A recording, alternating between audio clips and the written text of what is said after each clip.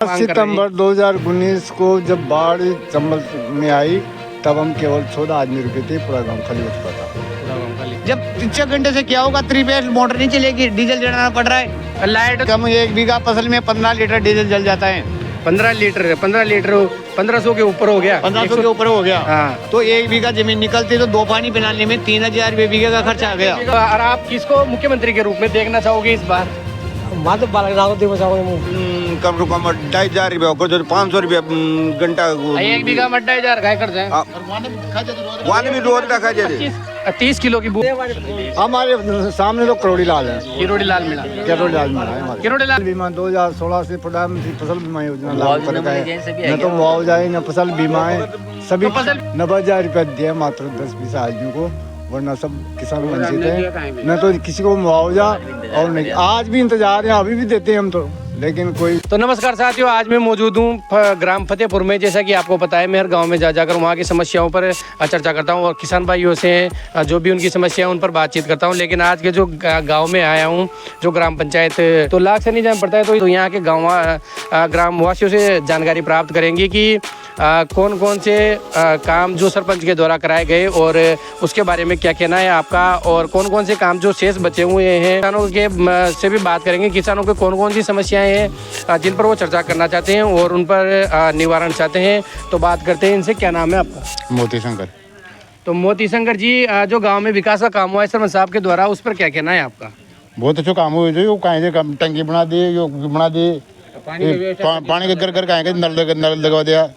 और गांव में जैसे कि पानी की व्यवस्था, और गांव बहुत सारे गांव में गया हूँ, वहाँ पे कीचड़ रहता है, तो वहाँ पर काम नहीं होता है, मतलब बिल्कुल भी। तो वहाँ सरपंच ने भी न कराया, जो काम कराया जी सरपंच ने पहले नहीं था ना, बिल्कुल। हाँ, कहीं भी कोई नहीं पहली। तो ये सारा काम सरपंच साहब ने कराया? सरपंच साहब ने कराया जी। गांव के बुजुर्ग से भी बात करते हैं कि क्या कहना है उनका, कि गांव में और कौन कौन से काम बचे हुए हैं जिनको आशा रखते हैं सरपंच साहब से। ये तो बालाजी रोड ले जाओ उसा फतेहपुर बालाजी। हाँ, बालाजी का रोड नहीं है हाल तो कोई नहीं, पर वहाँ प्रस्ताव दे मिले फास्ट बोल रहे बताओ जो। अच्छा, जब वो रहता तो बंदे अब गाना बंदे से गाना ना बंदा बाटा तो पड़ रही है तो नहीं, बाटा तो पड़ रहा है। फिर अभी हो गया बताओ पार का। तो गांव में सरपंच साहब के द्वारा बहुत अच्छा काम कराया गया है। और भी ग्रामीण हैं, इनसे भी बात करते हैं कि क्या नाम है आप? कामरेड पूर्णमल मीणा। तो पूर्णमल जी, गांव के विकास के बारे में क्या कहना है? क्योंकि मैं जब जितने भी गांव में जाता हूं तो वहां के सरपंच बिल्कुल भी काम नहीं करवाता। तो इस गांव के जो विकास है उसको क्या कहना है आपका, कि काम किसके ऊपर होता है सारा? देखो, विकास तो पंचायत के ऊपर होता है, लेकिन पंचायत में जो भी आप देखे होंगे काम तो हुआ, लेकिन काम एक ही कार्य हुआ है, केवल टैंक का निर्माण पानी के लिए। और रोड भी तो अच्छे ही देखो, रोड तो पहले से भी है, तो 3 बार हो गए रोड, तो पहले पत्थर डल गए, इसके बाद ये हो गए, ये तो पूरा पहले भी थे, और थोड़ा जोड़ा है सब जगह, सब पंचायत में तो थोड़ा जोड़ेगा। विकास तो ये हुआ है, इनसे ज्यादा कोई पानी जरूर समस्या थी, वाल बोलिए पानी। दूसरी समस्या बाढ़ पीड़ित है हम, तो वैसे ही 2019 में मुआवजा नहीं मिला, 22 में नहीं मिला, और न तो मुआवजा न बीमा। वो नदी आई थी। हाँ, नदी की बात, तो उसका मुआवजा अभी तक कोई नहीं, न तो मुआवजा है, न बीमा है, न कोई नहीं है। मुआवजा नहीं है। हाँ, हमने तो सरपंच साहब से हमने प्रशासन से भी लड़ाई लड़ी, प्रशासन में कहा, शिविर में भी कहा, जब भी नए नेता आते हैं उनसे भी बोलते हैं, समस्या का कोई समाधान नहीं हुआ अभी तक। जो बाढ़ आई थी 2 साल हो गए लगभग, 19 में और 22 में 2 बार आई थी। 19 और 22 में जो बाढ़ आई थी, तो ग्राम फतेहपुर यहाँ नदी के पास पड़ता है, कौन सी नदी? चंबल नदी में जो बाढ़ आई थी पिछले साल, जब गांव डूब गया था, तो उसका अभी तक मुआवजा इनको मुहैया नहीं कराया गया है।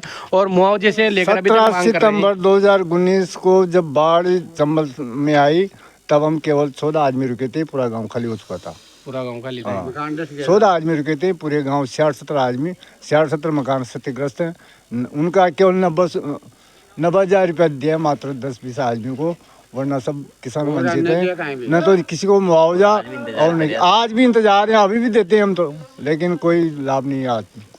अभी तक जो बाढ़ से क्षतिग्रस्त हुए थे उनका गांव में कुछ ही को लगभग 90,000 के लमसम प्राप्त हुआ है, लेकिन कुछ ही को प्राप्त हुआ है, लेकिन बाकी जो बचे हुए हैं उनको अभी तक मुआवजा जो है मुहैया नहीं कराया गया है। तो गांव मकान भी कम मिला जो प्रधानमंत्री आवास योजना के तहत जो जिनके बाढ़ पीड़ित थे उन बाढ़ पीड़ितों को मकान तो आवंटित कराया जाना चाहिए था, ताकि 2 लाख का जो भी मिल जाता उनको मुआवजा, तो उसके तहत तो बना लेते मकान तैयार हो जाता उनका। पूरा गांव में 20 कैंडिडेट कितना सा मतलब मिला, तो पूरा थोड़ी मिला, तो 20 को ही मिला, 20 को मिला बोल रहे ने सब, बाकी को लाभ नहीं मिला। केवल 20 आदमियों को ही पीएम किसान आवास योजना का लाभ प्राप्त हुआ है और बाकी को नहीं हुआ, बल्कि सभी लोग आज भी इंतजार कर रहे हैं, सभी लोग तो अभी भी इंतजार कर ही रहे हैं कि पीएम किसान आवास योजना जो उसका लाभ प्राप्त हुआ होना चाहिए, क्योंकि जो बाढ़ पीड़ित है उनको अभी तक रिकवरी नहीं कर पाए हैं।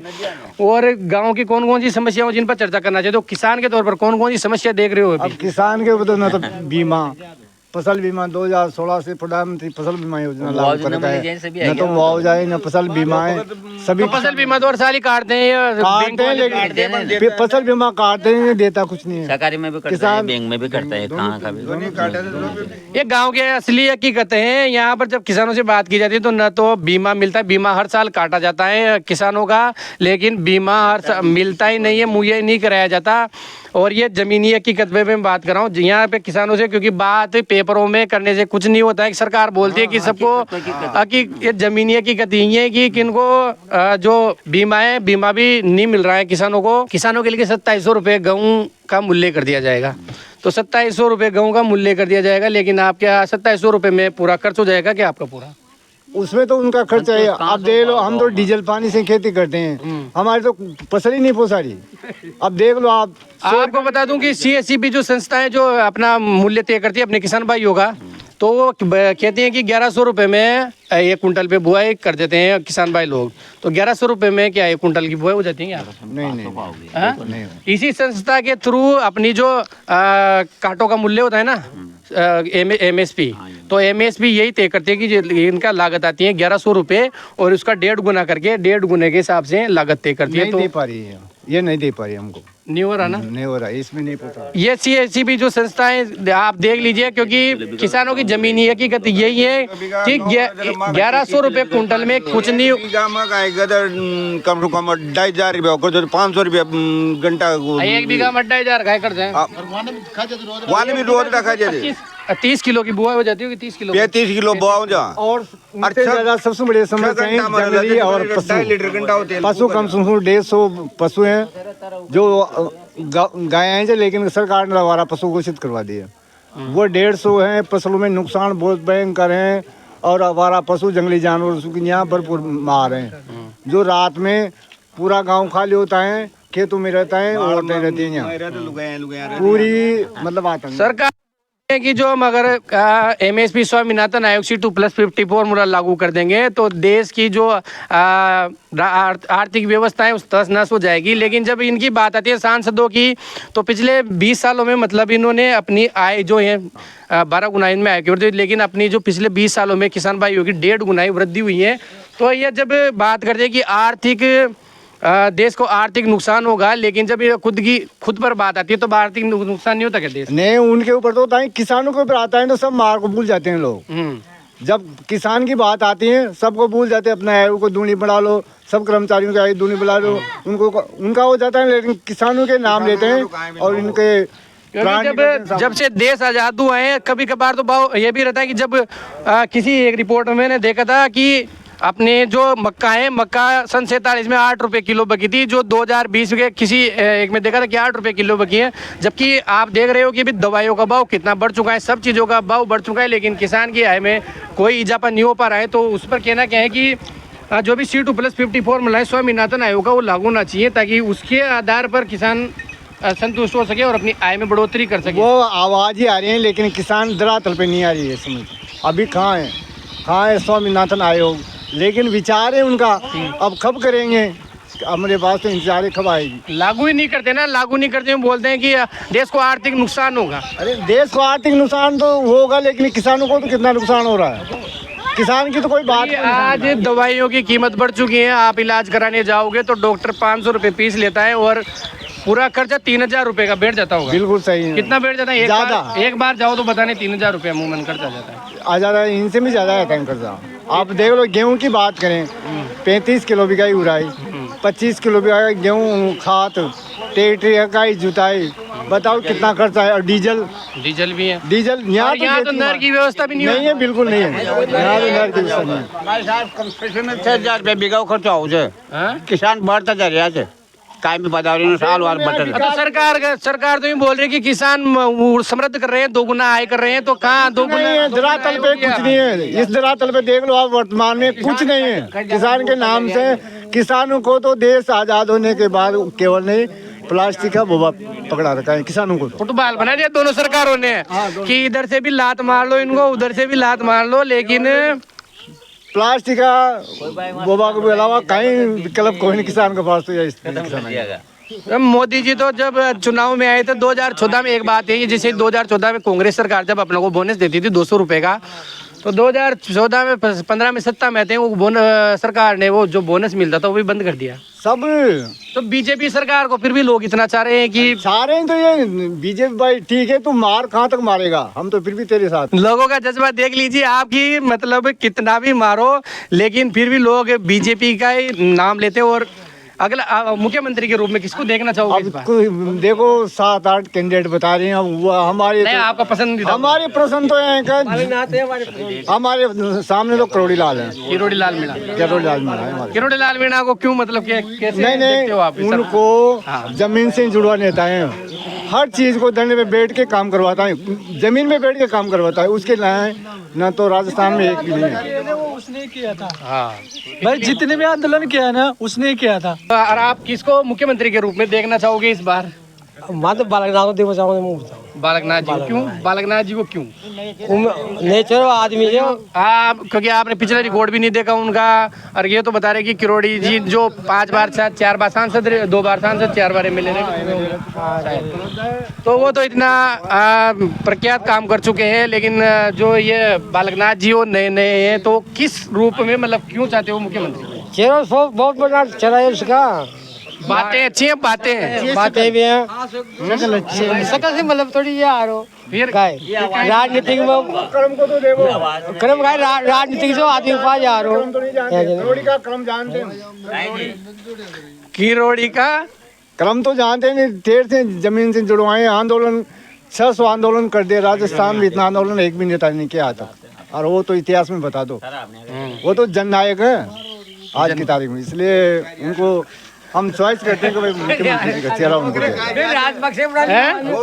याद है। बीजेपी बीजेपी कांग्रेस दोनों ही सत्ता में आते हैं, दोनों चूस रहे खून। तो और काश्तकारा के तो दे दे ठोकर, चल वोट पड़िया न, ज्यादा वोट न पड़े, ज्यादा है तो आप क्वाट पकारेगा, सरपंच हो चाहे मेंबर हो, फिर वोट बढ़िया न, फिर जनता गाड़ी कोई न ध्यान दे रहा भाई। जनता भूखी जग तटाई जग काई जर काई न।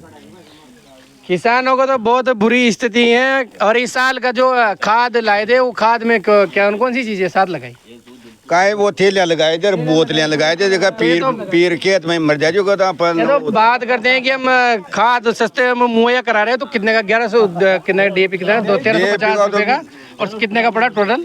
DAP तो 1450 को हार पड़ी जी यहाँ मांगा गणना 1450। हाँ, और जब ये रेट कितनी है? 1350। 1350 रुपये। और यूरिया 300 को पड़ियो थे, 300 को पड़ियो थे यहाँ गणना आ रहे। अरे वो लगाए तो ना, किराया थोड़ी जोड़ रहा था, किराया ने जोड़ रहा 300 रुपया को, तो वो यहाँ क्योंकि किसानों की हालत बहुत कष्ट है। किसानों ने बताया कि हमारी तो आमदनी बिल्कुल ही जीरो ही हो चुकी है। जैसे कि इन्फ्लेशन रेट भी 10% के हिसाब से हर साल बढ़ता है, लेकिन हम हमारी जो फसलों का मूल्य है, वो फसलों का मूल्य उस हिसाब से नहीं मिल रहा है जिस हिसाब से महंगाई का दर बढ़ रहा है।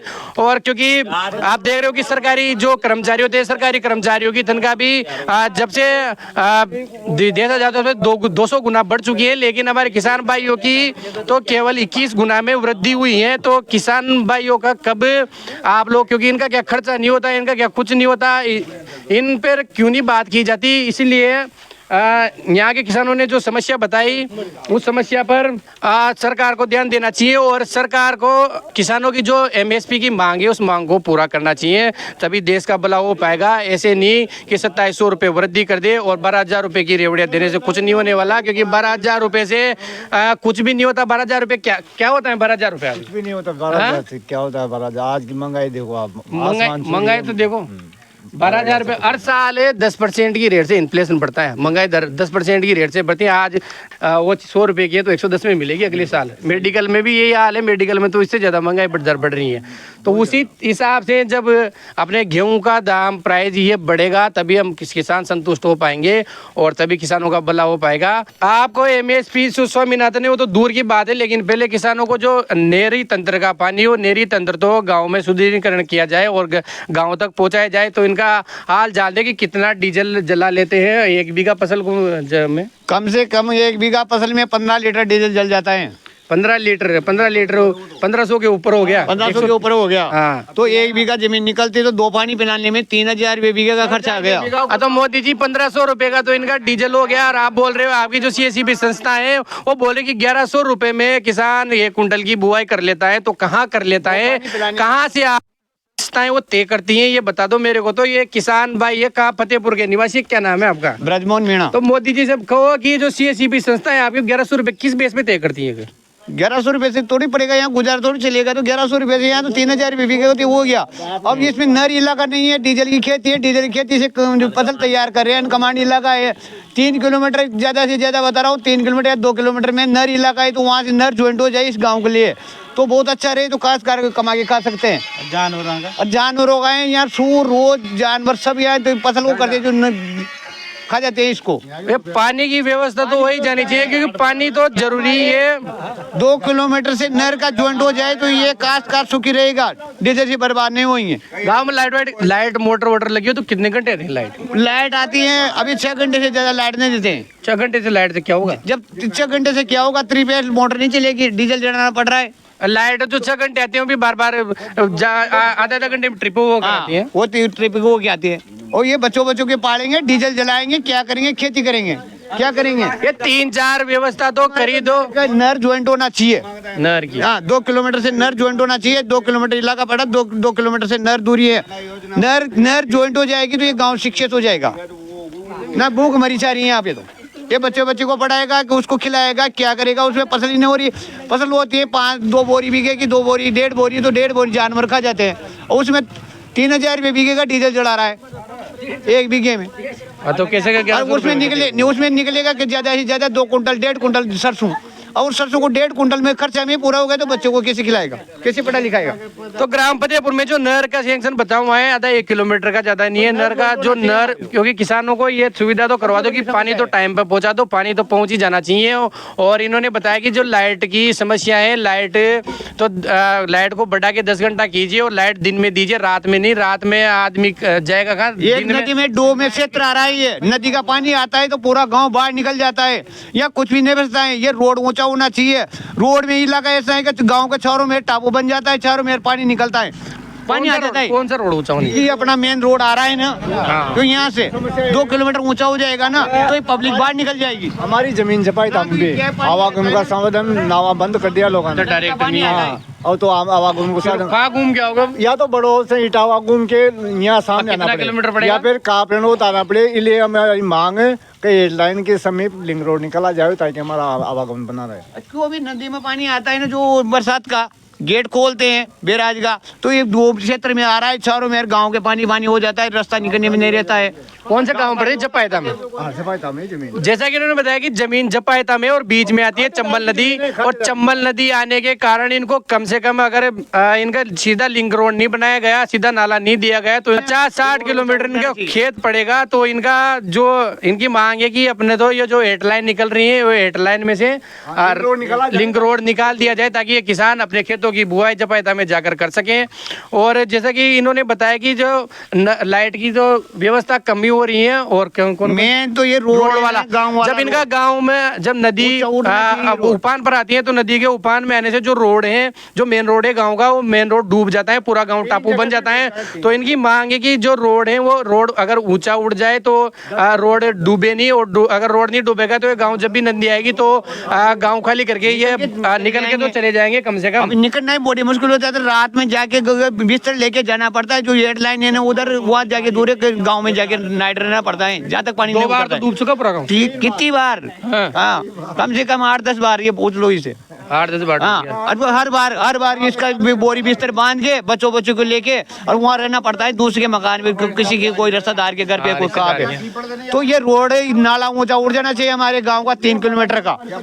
तो ये नाला रास्ता हो जाएगा तो अपन तो निकल जाएंगे बोरी बिस्तर लेके। और उसमें पानी भर जाता है तो चक्का जाम हो जाता है, जाम लग जाता है तो न ट्रॉली निकलती है, न पैदल निकलते, न जानवर निकलते हैं, टापू बन जाता है। प्रशासन आता है तो निकाल देते हैं। हाँ, प्रशासन निकाल देते हैं। रोड अगर ऊंचा हो जाए, रोड ऊंचा हो जाए तो मेरे को डूब ही नहीं देगा, निकल तो जाएंगे ना। सही बात। तो कितना मतलब ऊंचा होना चाहिए ताकि आदमी उसमें निकल? कम से कम ये 10-15 फीट ऊंचा हो जाएगा जब निकल जाएंगे। 15 फीट रोड, बस 15 फीट। 3 जगह अगर 15 फीट ऊंची हो जाए तो ये गाँव सुरक्षा अनुसार निकल जाएंगे अपने सामान लेके। और कहाँ ये खूंटे ऊंटे भी डूब जाते हैं? खुनी के पास वो खा पड़े ने पुड़िया है ना, वहाँ पानी भरा रहता है, मेन रास्ता वहाँ डूबता है। पहले फतेहपुर गांव से लेके ये लाइन तक ऊंचा रोड उठ जाएगा तो हमारी जान बच जाएगी। फतेहपुर, हाँ, फतेहपुर से 8 लाइन तक, इतना फतेहपुर से 8 लाइन बस। पूरा रोड ऊंचा होना, ये रोड ऊंचा होना चाहिए। फतेहपुर से 8 लाइन तक इनका रोड ऊंचा होना चाहिए, क्योंकि कई बार गांव डूब चुका है। और गांव के जब ये डूब जाता है तो ये गांव ग्रामीण वासी सभी निकलने में इनको बहुत दुविधा होती है। अगर ये इनकी यही मांग है कि अगर गाँव अगर रोड बना दिया जाए ऊंचा, तो जैसे ही नदी आएगी तो ये निकल के सामान लेके अपना यहाँ से निकल जाएंगे और इनको सुविधा हो पाएगी। तो अभी हमने बात की ग्राम फतेहपुर के किसानों से और यहाँ के किसान भाइयों की समस्या जानी। और इसी तरह इस आवाज़ को आगे बढ़ाने के लिए चैनल को सब्सक्राइब कर लीजिए और किसान भाइयों की आवाज़ को आगे बढ़ाने में अपना सहयोग दीजिए। और सहयोग देने के लिए कुछ भी नहीं करना, सब्सक्राइब कीजिए और लाइक कीजिए, ताकि इन ग्रामवासियों की आवाज़, किसान भाइयों की आवाज़ देश के उच्च प्रतिष्ठित लोगों तक पहुंच सके। और फेसबुक और इंस्टाग्राम पे भी सेम ही नाम से, हरिओम किसान के नाम से ही पेज बना रखा है, तो वहाँ से भी ज्वाइन कर ले। और व्हाट्सएप पे ग्रुप का लिंक भी मैंने डिस्क्रिप्शन में दिया हुआ है, उससे भी ज्वाइन कर लेना। और किसानों की आवाज़ बढ़ाइए। राम राम भाइयों, धन्यवाद।